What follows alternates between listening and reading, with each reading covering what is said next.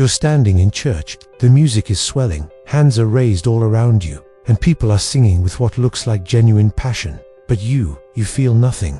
Your mouth is moving, singing the words you've known for years, but your heart feels a million miles away. You look around and think, am I the only one faking it? If that's you, I want you to know you are absolutely not alone.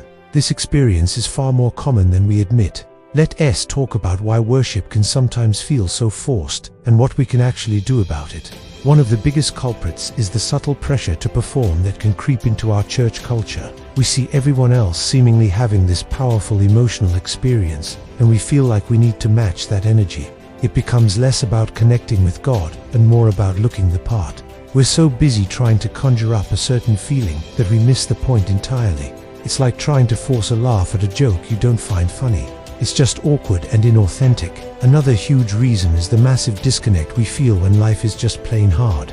Maybe you're walking through a season of grief, dealing with chronic burnout from work, or battling a quiet depression.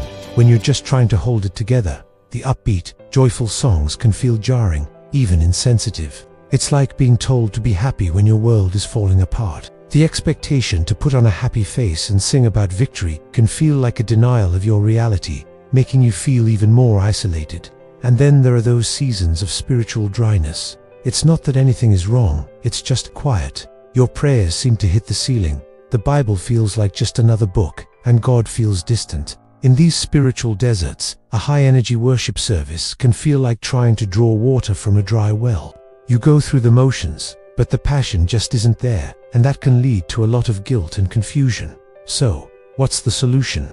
It starts with a simple but profound shift in our goal. What if the goal of worship wasn't to feel a certain way, but to be honest about where we are? What if God is more interested in our authenticity than our performance? First, we need to redefine what worship even is. It's so much bigger than 20 minutes of music on a Sunday morning. Worship is how we orient our whole lives toward God. It can be serving someone in your community. It can be taking a walk in nature and marveling at creation. It can be using your creativity to paint, write, or build something beautiful. When singing doesn't connect, try a different language of worship. Find what helps you turn your heart toward God in an honest way, even if it's silent. Second, let's rediscover the biblical practice of lament. Our Bibles are filled with it. Look at Psalm 42. The writer says, "My soul is cast down within me." He's not pretending everything is okay. He's pouring out his sorrow, his questions, and his frustrations to God. And that, right there, is a powerful act of worship. Lament is telling God the truth about your pain. It's a declaration of trust that says, I feel like I'm drowning, but I'm still going to bring my drowning self to you. Your honest tears can be a more profound act of worship than 1,000 joy-filled songs you don't mean.